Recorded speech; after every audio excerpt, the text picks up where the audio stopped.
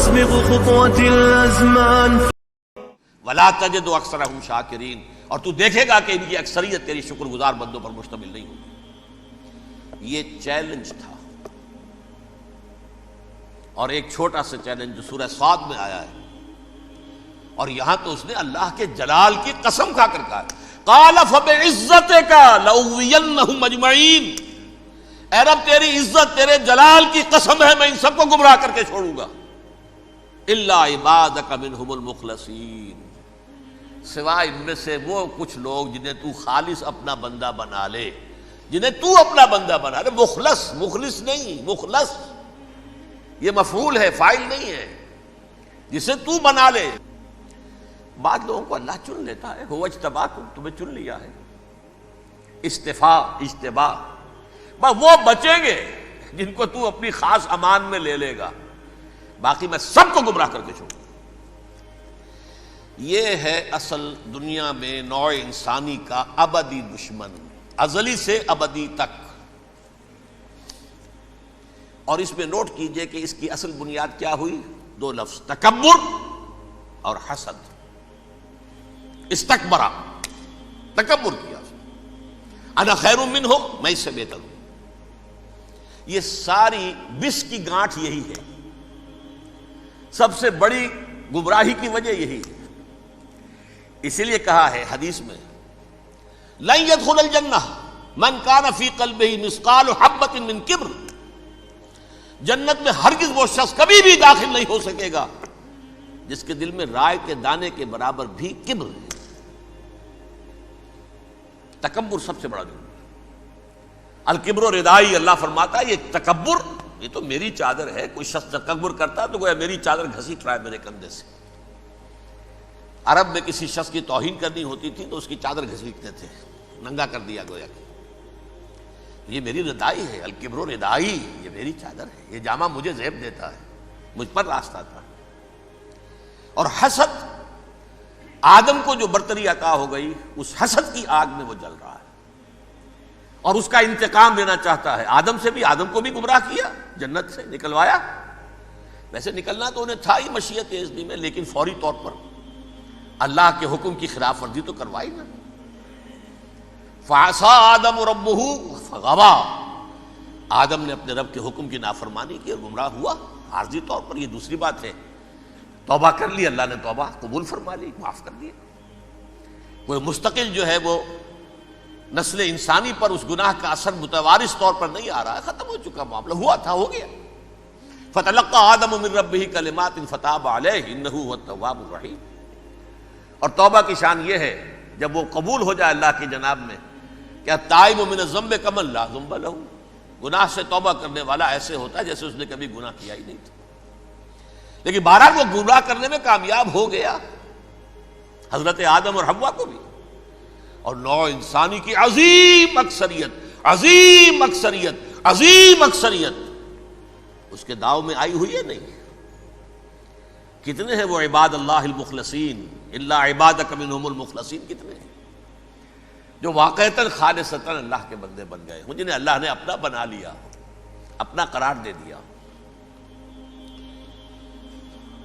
اب اس کے ساتھ نوٹ کیجئے، اس ابلیس کے ساتھ ایک فوج بھی ہے جسے قرآن مجید میں کہا گیا ہے یہ اس کی پارٹی ہے، حزب الشیطان. یہ اکیلا نہیں ہے. ایک تو وہ عزازیل ہے، اس کی طویل ترین عمر اللہ نے دے دی، وہ تو قیامت تک رہے گا.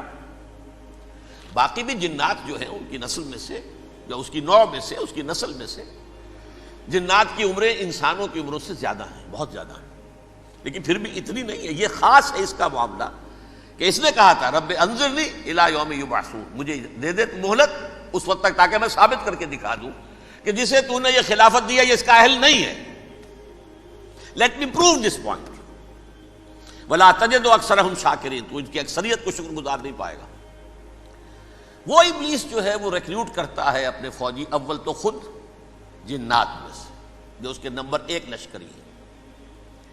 قرآن مجید میں اس کا اشارہ دیا گیا ہے انہو یراکم ہوا وقبیلہ من حیث لا ترونہم.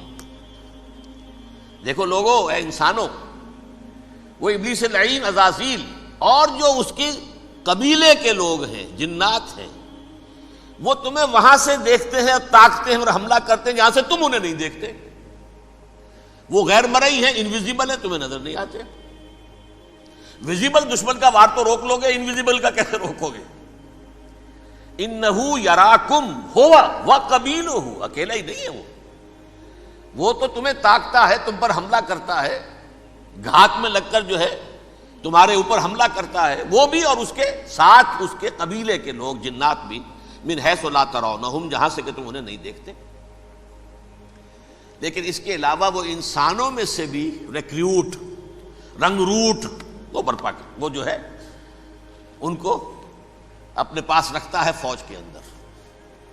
جس کی سب سے بڑی مثال کیا ہے؟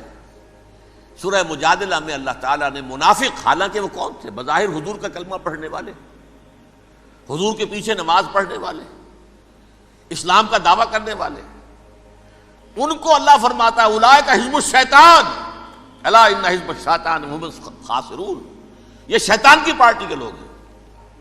وہاں مقابلے میں آیا ہے اولئک حزب اللہ الا ان حزب اللہ هم المفلحون.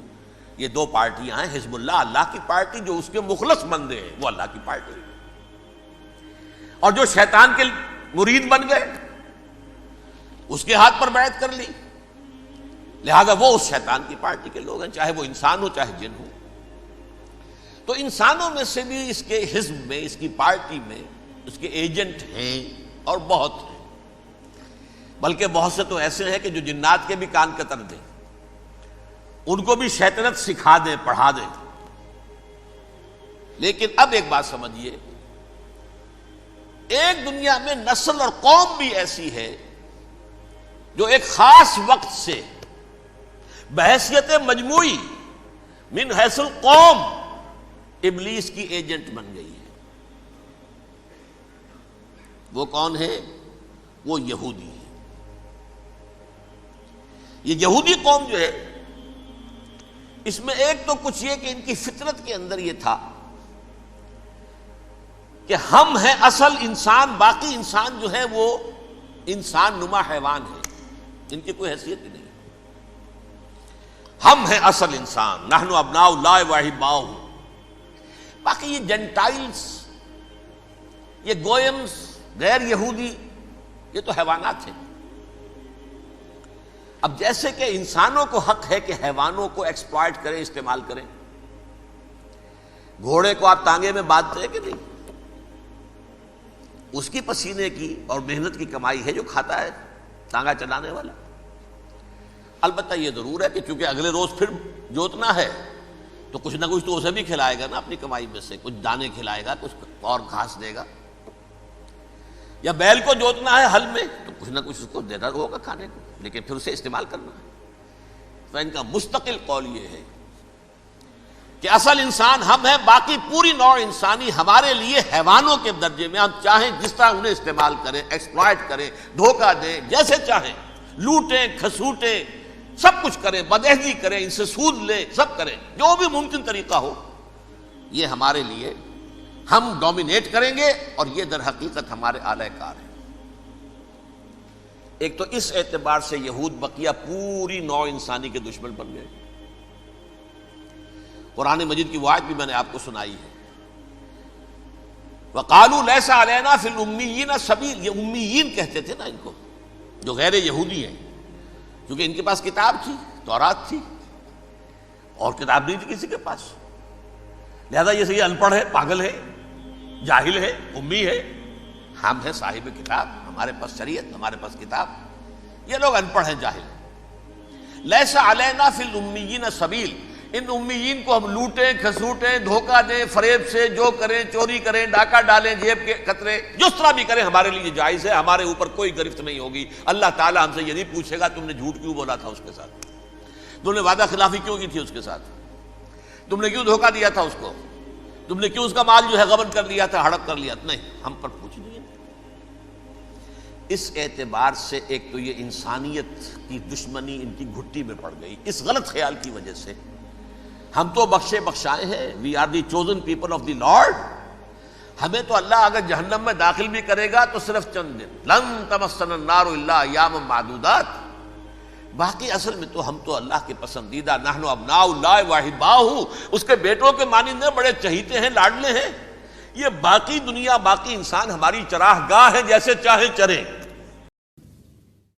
وتعلو همتي دوما وتسبق خطوتي الأزمان، فوقتي لا أضيعه بما يفضي إلى الخسران، وكفي لا يفارقها أداء البر والإحسان، ولا تدري شمالي عن يميني إنه الكتمان.